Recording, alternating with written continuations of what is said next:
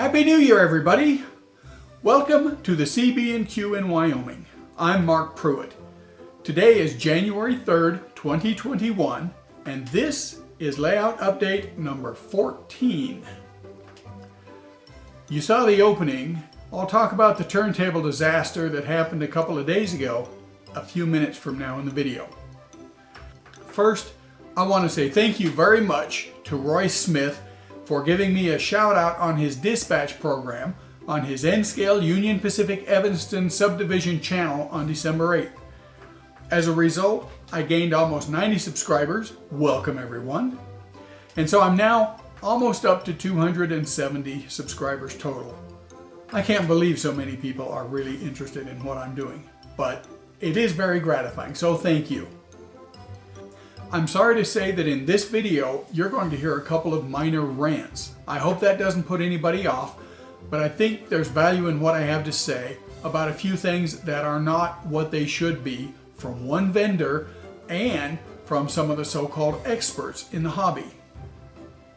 I did get quite a few things accomplished this month though, so let's get started. In last month's update, we left off of scenery work on the Chicago and Northwestern branch at this point. Cellular clay had been placed on either side of the track, so we'll pick back up there. Early in December, I started adding dirt to the area. This is a mixture of dry plaster of Paris and powdered tempera paints sifted onto the ground on either side of the track in a technique I learned from a years-old Joe Fugate scenery DVD of his Siskiyou line layout. After sifting on the powders, you simply mist it with water to affix it to the base layer. By December 9th, I had the entire area of cellular clay done. Not much for the first week of December. I was doing other things on the layout at the same time. Mid-December, I finally pulled the tape back off the track. Now it's time for ballast, which I didn't have on hand. I ordered some Chicago and Northwestern ballast from Arizona Rock and Minerals. We'll get back to this later in the video. Those other things I was doing? Well, switching to Casper Yard, let's take a look at the industrial layout for the east end. On the right, behind the roundhouse, you see the tank car loading racks for the Standard Oil Company. To the left of that is the Wyoming Concrete Producers track, and to the left of that is the Natrona Lumber Spur. Finally, at the far left is the Schultz-Walter Company Grocer's Warehouse, facing the opposite direction of the other industry spurs in this end of the yard. I may also put the second ice house on this spur, depending on actual space available. Early in December, I started laying out the final positions of the Casper West End Industries on the newly laid cork sheets. Here you can see the location of the Standard Oil Company tank car loading tracks, which will ultimately hold about 9 8,000 gallon tank cars each. I had to build the turnouts for these sidings, and I laid the track as I completed those. Here, on December 9th, we can see the Grocers and Natrona lumber sidings in place. The cement facility is temporarily placed over the Natrona lumber siding. The building at the Grocers siding is just a placeholder. A couple days after I removed the tape from the Chicago and Northwestern track, I finished the turnout for the concrete siding and installed that one. Here the soda train is holding the track down while the caulk dries. Here's a shot of the now completed siding with the concrete facility in its correct location. And here's an overall view of the entire Casper Yard minus engine facility as of December 17th. At this point, I was still not sure how to scenic the entire yard surface. After completing the turnout for the Standard Oil tracks, I laid those sidings and placed all my tank cars on them. Like the reefers with the large icing platform, I'm going to need a lot more tank cars. And here is a real overall view of Casper Yard, including the engine facility, taken December 19th from off the east end of the yard. Now it was time to wire up all those new sidings and lead tracks. That took a couple of days, but when complete, everything worked flawlessly.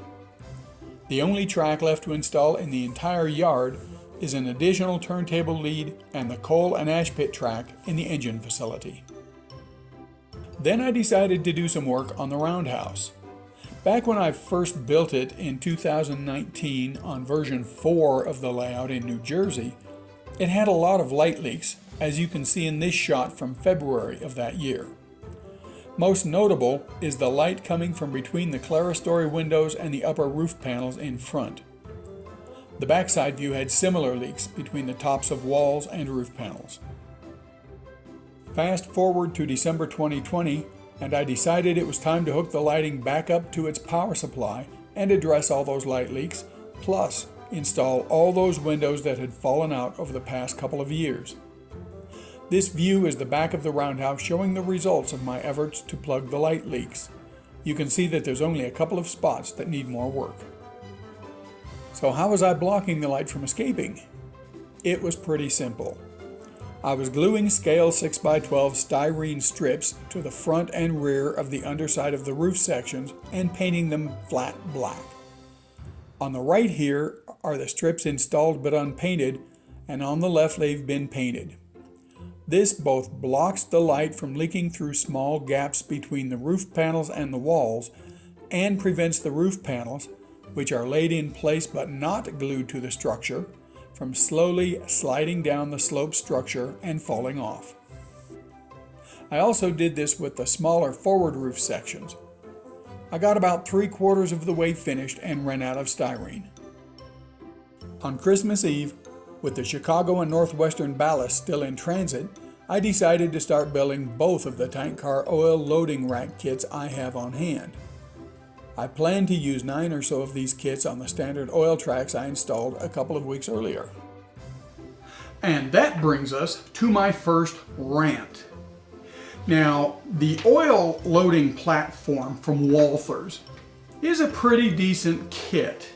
It's been around since about 1998, according to what's stamped on the back of the platforms. So the molds may be getting a little bit old and starting to show some wear. But all that means is there's a little bit more flash on some of the parts than you might normally expect. Not a big deal, we can deal with flash. It trims off very easily and sands right down and everything's good. But the part that I find is a real problem is this, the instruction sheet. These instructions say copyright 2012 William K. Walthers Incorporated. In 8 years, they have not been able to apparently fix the typographical errors, the missing identifiers for different parts in the exploded views, and some of the just plain incorrect instructions that you'll find here. That is really, really unacceptable. Walthers, you're better than this. Which brings us full circle to the roundhouse disaster. My wife had to work Christmas Eve until 9 p.m., which had left me at home alone all afternoon and evening, in a somewhat unjolly mood, as we had no time for our traditional Christmas Eve activities. So I focused on the train, unfortunately, on the oil racks in the early evening. Struggling for almost 2 hours to figure out the almost useless instruction sheet and assemble the kit soured my mood even more, but I soldiered on. About 8:30, I switched over to the roundhouse to complete installing the last of the popped loose windows. About 9, I finished the last one and stepped down off the step stool I was using to reach the far corner of the roundhouse. When I did, I lightly bumped the edge of the layout with my hip. It didn't jar everything, even enough to knock anything off the tracks, but several of the windows I had patiently reinstalled over the last few days fell out again. That angered me, and I brought my fist down on the layout in a surge of frustration. I didn't hit the layout hard enough to dent the styrofoam, but it did knock some cars off the track and jar loose about half the roundhouse windows. In a fit of pique, I threw the roof section I had the misfortune of holding in my hand down onto the roundhouse. Over half the roundhouse just came apart. At that point, I turned out the lights and left the room. I jumped in the car and went for a drive for about an hour and a half to cool down and clear my mind. For a while, I contemplated just chucking everything to do with model trains into a dumpster. I went from angry to despondent. What a great Christmas Eve. By Christmas morning, I was in a somewhat better frame of mind, and after the morning festivities, with some trepidation, I went into the basement to survey the severity of the damage. If I had banged the roundhouse really hard with that roof section, parts would have been strewn all over the room. As it was, they laid all around the roundhouse, but not a single part hit the floor. I hadn't hit it all that hard. And, aside from a slightly bent door frame, I discovered that no parts were damaged.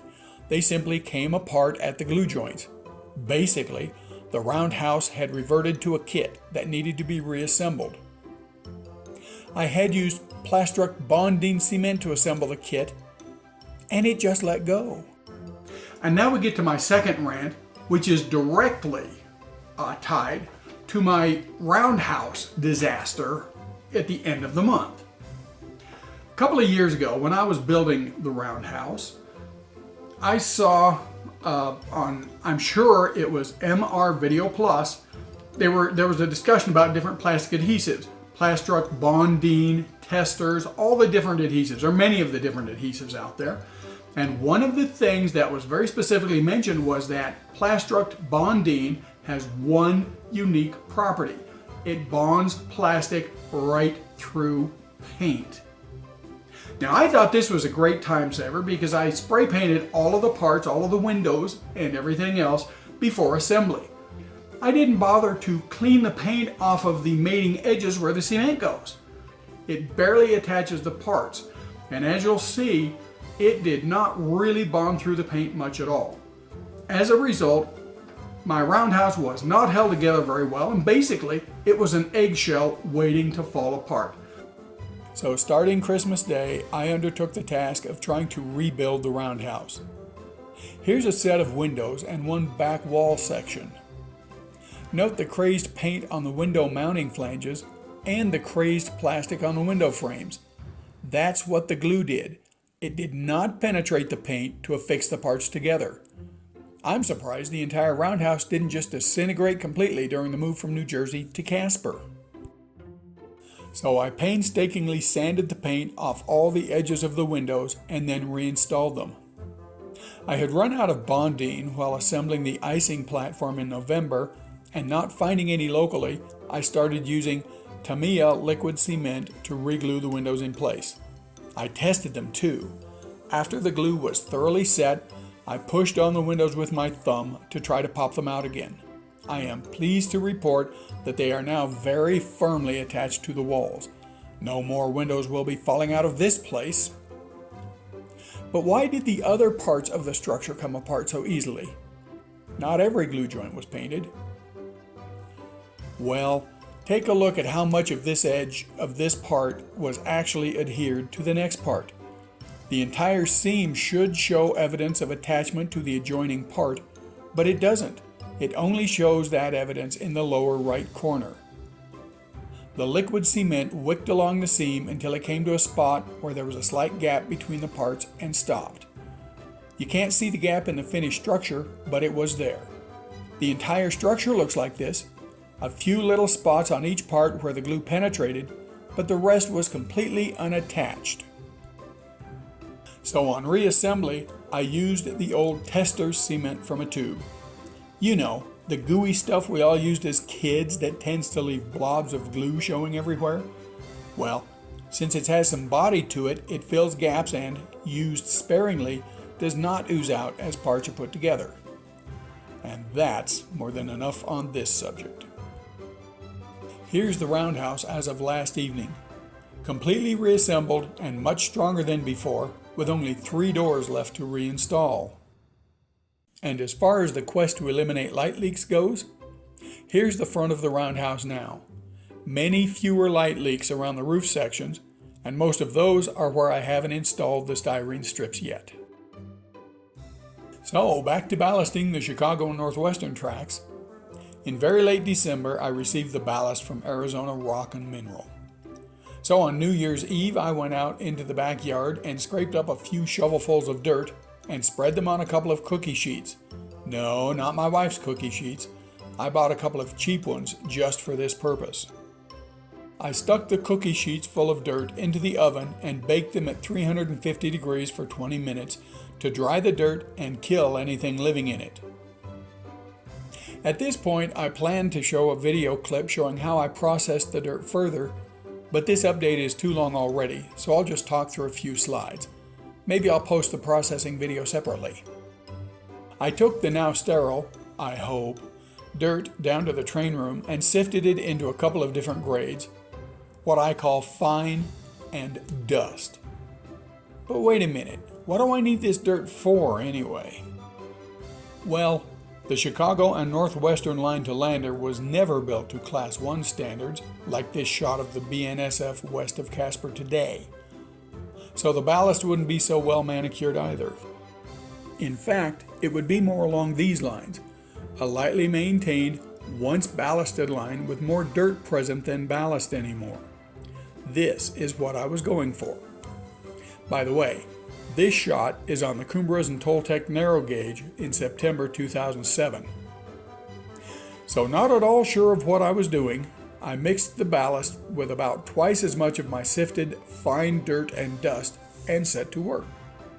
Here's how the track looked just before I began applying my dirty ballast mixture. Was I headed for another roundhouse level disaster on this eve? Tune in to next month's update to find out. No, I'm just kidding. I spread the ballast out and wound up with this. Hey, not bad. I'm actually pretty pleased with this. It looks just the way I hoped it would. With the addition of some brown grasses and organic debris to the sides, I think I'll have something. Oh, but hold on a minute. It's not glued down yet. There's still opportunity to screw this up. Using well-publicized methods of wetting with alcohol and applying diluted white glue, I glued part of the installed ballast down. When I left the train room about 9 p.m. on the 31st, it looked like this. As of last evening, it looks like this. A bit darker than the unglued ballast, but it's still a little bit damp. I think it'll lighten further as it dries. I would say this was a success. Also, as of January 2nd, the first oil rack is complete and the second is well underway. I've ordered 7 more kits to complete the loading racks. Despite the instruction sheet shortcomings, it's still the only one I know of that fills the bill for the refinery. And I've also ordered more of the styrene strips to finish off the roundhouse roof sections. Here's yesterday's overall view of Casper Yard. The amazing part of this photograph is that I actually cleaned all the tools and construction materials off the yard before I took it. Earlier, I said I wasn't sure how to do ground cover for the yard. Now I am. General ground cover will be variations of my sifted dirt mixed with some black powdered tempera paint to simulate the ashy, sooty look of a steam air facility, combined with some woodland scenic cinder ballast and dirt mix on the tracks. And finally, we're at the end. Sorry for the length of this update. The long ones are getting to be a bad habit. I'm also sorry about the rants. I hope they were of some value though, and not completely a waste of time. During January, I hope to do more Chicago and Northwestern ballasting, construct some more oil rack kits, and maybe get started on ground cover for the yard. Check out my website for more on this and previous layouts, plus some rail fanning and other train-related stuff. The web address is on the screen, and I'll put a link in the description, along with a link to Roy Smith's channel. Thanks for watching, stay healthy, stay safe, and I'll see you next month.